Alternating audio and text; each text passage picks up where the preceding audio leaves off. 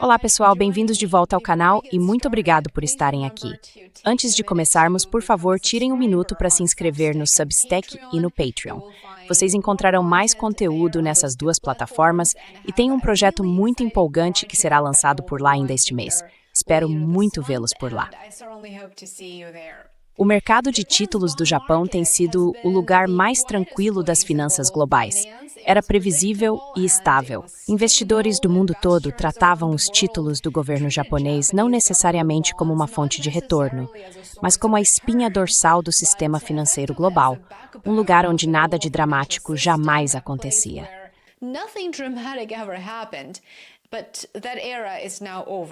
Mas essa era acabou. Já era. Nesta semana, algo sem precedentes aconteceu e quero compartilhar os detalhes com você. Também vamos discutir como isso afeta a economia dos Estados Unidos. Os rendimentos dos títulos do governo japonês de 40 anos dispararam acima de 4% pela primeira vez desde que esses títulos foram introduzidos em 2007. Eles não apenas subiram aos poucos, na verdade saltaram de forma acentuada, atingindo cerca de 4,2% em uma única sessão.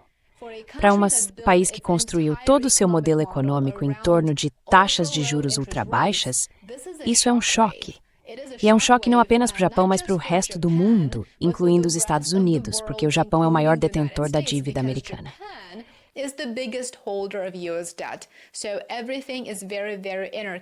Então, tudo está muito interconectado. E isso não é apenas uma história japonesa, é claro. Esse movimento já está elevando os custos de empréstimo nos Estados Unidos. Está abalando as ações, impulsionando o ouro e reacendendo temores de uma liquidação massiva do carry trade do iene. Então, o que está acontecendo e por que o mundo de repente está tão nervoso com os títulos japoneses? O gatilho é a política.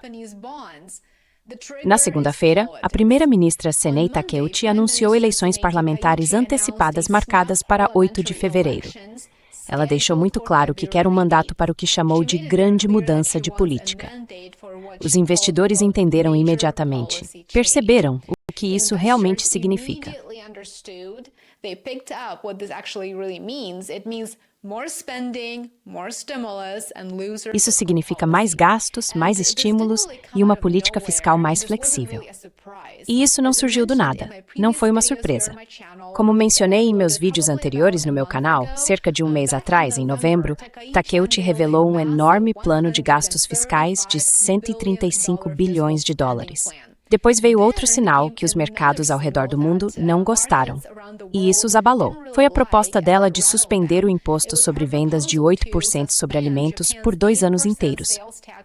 Agora, para falar a verdade, para as famílias, isso soava como um alívio, mas para os investidores em títulos e os mercados globais, soava como problema. Muito problema. O Japão já tem uma das maiores dívidas do mundo.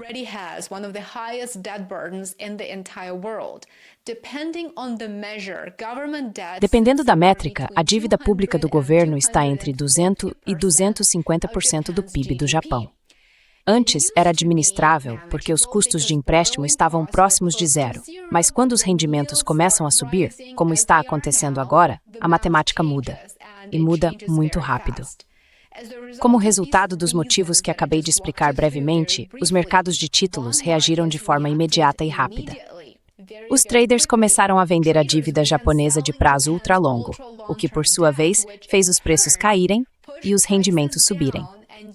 O título de 40 anos foi o mais afetado, mas os rendimentos dos papéis de 30 e 20 anos também dispararam.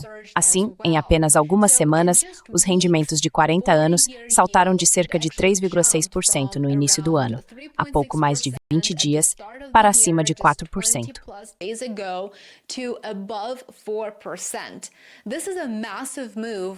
Este é um movimento enorme pelos padrões do mercado de títulos. Para colocar em contexto, os títulos de prazo ultralongo são menos ancorados pelas políticas dos bancos centrais e são muito mais sensíveis a fatores como oferta, demanda e credibilidade fiscal. Em contraste, a dívida de curto prazo se move de acordo com as expectativas de taxa de juros. A dívida de longo prazo se move com a confiança, que está sendo questionada, para dizer o mínimo. Um operador descreveu a liquidação como um evento de 2 desvios padrão, com base nos relatórios que li. Em termos simples, isso foi na prática uma reconfiguração em nível de pânico, uma venda em nível de pânico. Alguns de vocês podem perguntar, quem vai comprar toda essa dívida e a que preço? Essa é, na verdade, uma pergunta muito boa a se fazer neste momento.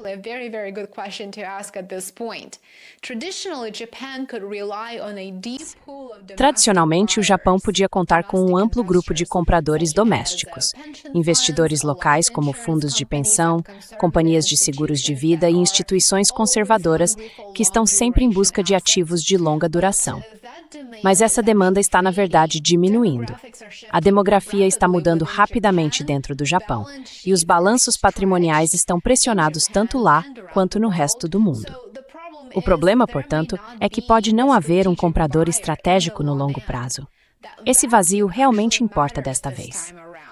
No leilão de terça-feira de títulos japoneses de 20 anos, a demanda foi visivelmente fraca. A razão entre ofertas e cobertura ficou abaixo da média recente, reforçando a ideia de que os investidores estão se afastando em vez de se aproximar.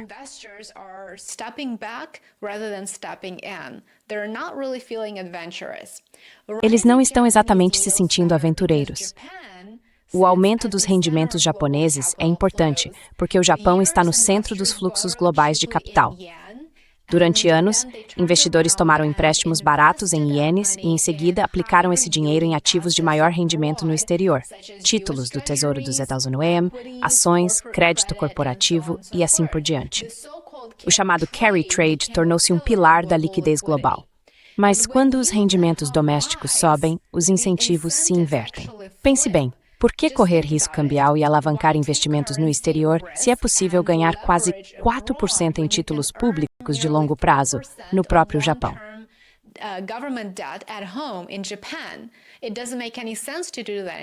Não faz mais sentido fazer isso. Então, se os investidores japoneses começarem a repatriar capital, se trouxerem esse dinheiro de volta para o Japão, os mercados globais sentirão isso imediatamente, instantaneamente. Já estamos vendo os primeiros sinais de que isso está acontecendo.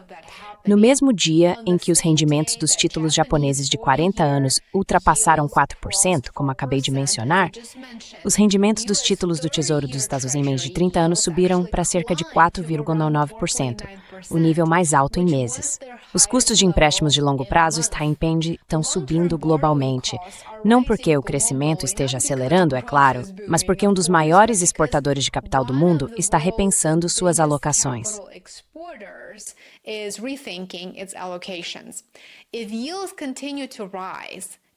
Se os rendimentos continuarem a subir, os custos de serviço da dívida do Japão acabarão aumentando.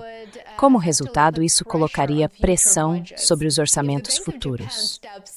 Se o Banco do Japão intervier de forma agressiva para limitar os rendimentos e impedir que subam ainda mais, corre o risco de enfraquecer ainda mais o iene. Mas, se optar por não fazer nada, a volatilidade pode aumentar. Então, veja, esta é uma posição muito difícil de se estar e realmente parece que não é uma boa solução.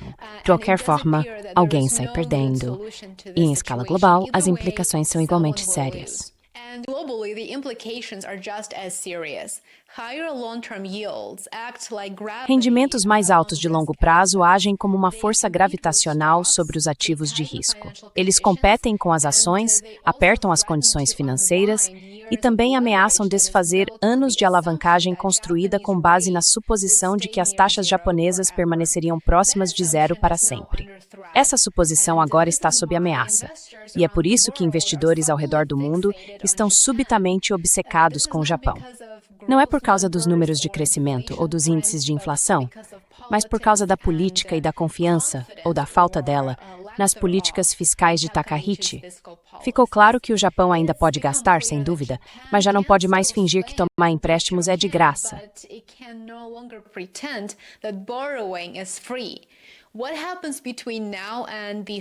O que acontecer entre agora e a eleição de fevereiro pode, na verdade, moldar não apenas o futuro fiscal do Japão, mas também a direção dos rendimentos globais nos próximos meses. e para um mundo que já está em alerta, isso torna o drama do mercado de títulos japonês algo que nenhum investidor pode se dar ao luxo de ignorar. Gostaria de saber o que você pensa sobre esse assunto. Adoraria ouvir sua opinião, como sempre. Muito obrigado por me acompanhar neste vídeo. Espero que você tenha aprendido algo novo e que tenha gostado. Apoie meu trabalho. Sou realmente grato a cada um de vocês que se tornou assinante pago no YouTube, Substack ou Patreon. Muito obrigado. Espero que você aproveite o restante do seu dia e estou ansioso para vê-lo aqui amanhã. Cuide-se. I look forward to seeing you here tomorrow. Take care.